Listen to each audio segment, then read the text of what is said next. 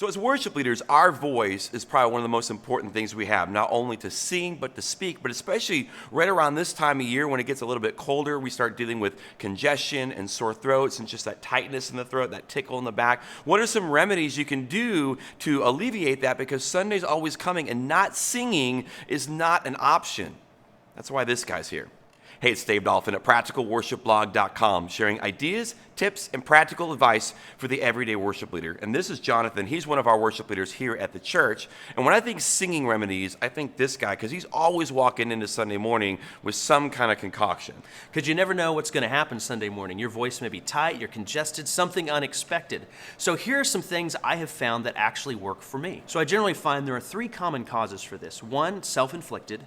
2, environmental, and 3, it can just be medical. When I say self-inflicted, here's what I mean. You didn't get enough sleep the night before, and perhaps maybe you're binge watching a Netflix series. Like Stranger Things 2, you know you've done it. And it's 1 in the morning and you know you should go to sleep.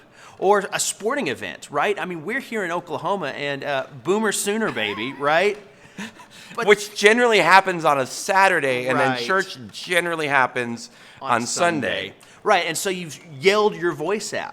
Or you're just not eating the right stuff or particularly drinking the right things. So here's what works for me. I find that I need a good night's sleep the day before and the night before the event.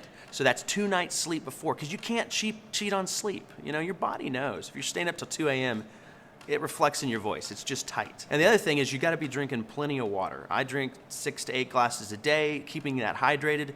If I know I'm going to be out at an event where I'm going to be exerting myself more than normal, I drink more water. You know, stay hydrated. And finally, the day of the event, you got to watch what you eat and drink.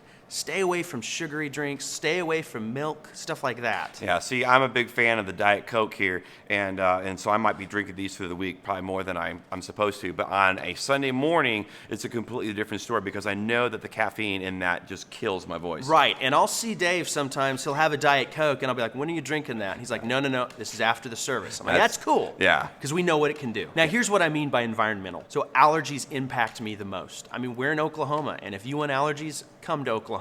It's a great state. The other thing is the weather in Oklahoma. You know, it changes a lot, but in anywhere. And when it's colder, you have less moisture in the air, so that impacts the way you sing.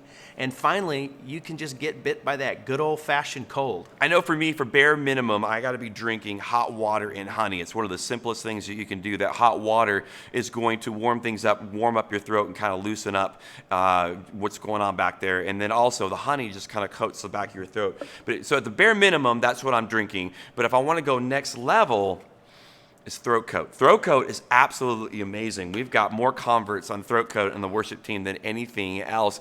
I've had sometimes singers from the youth band that will sing with us on main stage, and they learn about Throat Coat, and then afterwards I got their moms coming up to me going, okay, my daughter was asking about this thing called Throat Coat, and what is that? We even got our senior pastor drinking Throat Coat right before he preaches every single Sunday morning. What that means to a singer is that tickle in the back of your throat, or when you feel just a little bit tight, Throat Coat can help relieve that, so you can hit the highs a little better, hit the lows a little better. And for me, you know, I have this really low voice, and we're singing these Hillsong songs that are like way up here, and I'm at the top of my voice a lot. I find that if I drink some Throat Coat right before we go on, hitting those D's and maybe even those E flats, which again are right at the top of my voice, are a little bit easier, and the tone of them are a little bit clearer when I sing them. Another thing I've found when I've got that tickle in my throat, a sore throat, it just doesn't feel good, is to take a cup of warm water and dissolve a teaspoon of salt into that warm water and gargle it. Do not drink it. So gargle it, throw it back, really get there.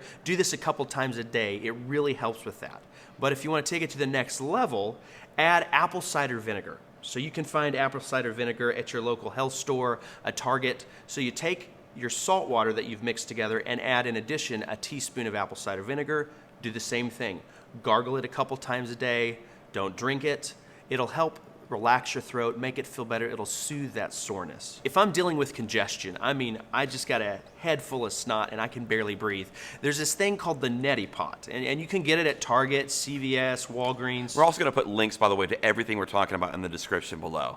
It's a very interesting device. It's this little plastic pot, in some cases it's glass, with a solution that you warm up and put in. Now, we've been talking about most of the stuff you drink. Well, this you actually put in your nose. You do that? I know, I've done it before, and it sounds a little crazy, and it's funny to watch. Get pictures if you can. But you put it up your nose, and you tilt it up, and you allow the solution to go through your nasal cavity, and it flushes out all that junk. I would not do that in the green room. Not unless you have a deep bond with the people you're with in the green room. I'd do this at home before you come. And finally, when we're talking about the environment and the things that can impact us, I like to use some eucalyptus oil. Now you can get this at Target, CVS, Walgreens. And what you do is you take a pot and you put water in it, and you put it on your stove, and you let that water start to boil. When it's boiling, drop 10 to 15 drops of eucalyptus oil into that pot and let it sit there for a couple more minutes. And what's going to happen is steam's going to start to come out. You take the pot, like put it on your table, so don't do this over your stove. And as the steam's coming up, get a towel, put it over your head, and put your head over the pot. What that's going to do is allow that steam to just breathe in. So breathe in through your nose and out through your mouth. And you really start to open up your nasal passages. It really helps with your throat. Now, a word of caution, don't put more than 15 drops in, because then the steam will start to sting your eyes. And I'd like to tell you I heard that from a friend, but that's personal experience talking. And the last thing I mentioned was medical. So here's the thing. If you're having symptoms, your throat is weird, your voice is odd, and it's happening for a considerable amount of time, you might have a medical condition. So go to the doctor and get that checked out. You know, let's be good stewards of this instrument God has given us, because this is what helps us lead people in worship. Well, if you're new to this channel, thank you so much for watching. If you haven't already, consider subscribing to the channel. That way you're notified when new videos come online every single Tuesday. And if you know someone that might benefit from this information, consider sharing the link on Facebook or Twitter, or send someone an email. And for great practical advice, check out practicalworshipblog.com.